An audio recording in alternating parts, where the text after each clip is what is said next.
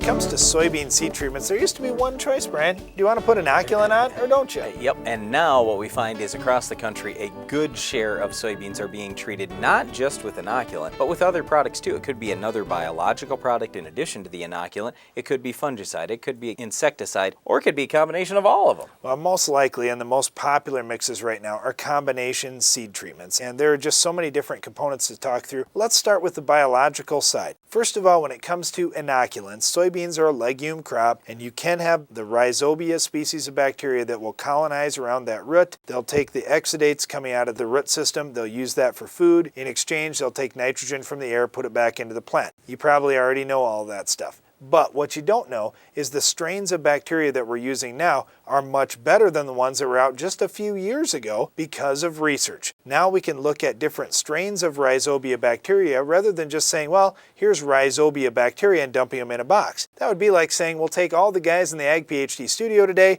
and we say, oh yeah, we've got all these guys, they can play basketball, they're guys. Put them out on the court against the Chicago Bulls and we'll get destroyed. But if you could pick out, oh, okay, this one guy is 6'10" and he's a fantastic basketball player, and just pick that strain, well, you'll have a chance. It's kind of the same thing with Rhizobia bacteria. We've got more efficient bacteria at producing the nitrogen that our crop needs, rather than some Rhizobia bacteria were found to just be producing more hydrogen, which the soybean plant didn't need. So now we've got better bacteria in the Rhizobia inoculants that we're using today. Wow, Darren, that was quite the comparison there. Here's all I really care about. This provides a good return on investment.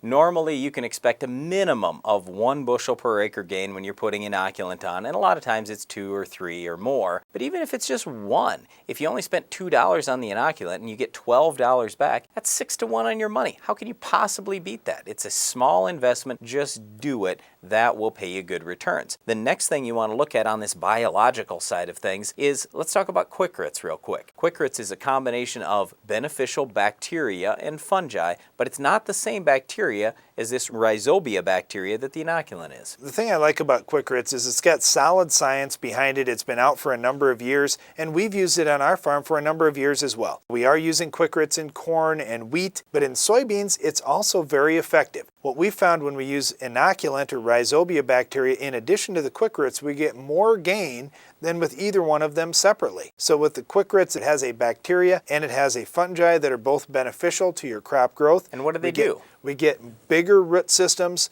we get more root hairs, we get this big root mass underneath our soybean plant that explores more of the soil. And what we're seeing in our tissue analysis is we're getting more nutrients into the plant when we use quick rits. Now the big thing, again, as Brian says, is what goes in your grain tank in the fall, and we're getting more yield as well. We're typically getting a 2 to 3 bushel bounce for a cost of $3 to $5 depending on what your seeding rate is. Okay, the next thing is fungicide.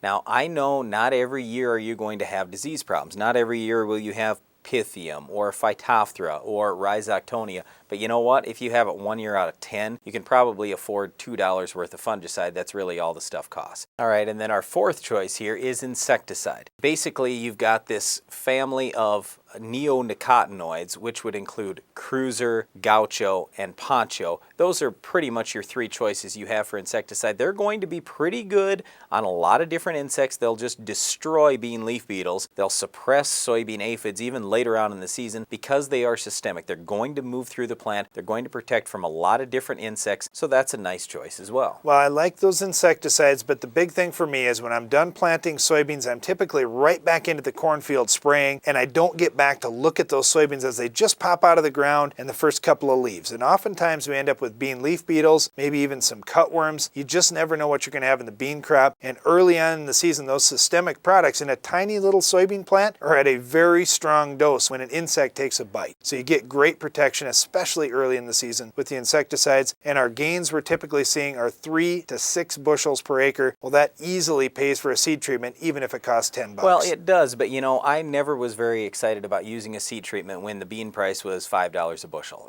You know, I thought, well, I'm going to gain a little bit, but how much am I really going to gain? I'm in dry land, South Dakota, I'm getting 40 bushel yields. Well, now we're getting 60 plus bushel yields. We have wetter soil conditions overall. We have a lot more insects than we used to have, and now we have $13 soybeans. So you run all this stuff, even if I want to do all 4 things, I want to put quick rits on, inoculant, I want the fungicide, I want the insecticide, I could do all 4 treated on my beans by my seed supplier for $13 to $15 an acre. So basically gets 1 bushel of beans. Do you really think that if you do all that stuff to protect your beans from insect diseases, you pull more nitrogen out of the air, and you have a bigger root mass, you're not going to gain a bushel? That's why so many guys are going with these seed treatments now. In some areas, it's 90% treated seed. So the question is, why are soybean seed treatments popular and which ones are available? Well, there's inoculant, there's other biological products, there's fungicides, there are insecticides. They're becoming very popular because the price of the crop is up, yields are up, the value of that seed is up, and the return on investment from using them is fantastic. Well, the return on investment always seems to be good when you control our Weed of the Week. We'll tell you how to do it on your farm coming up next.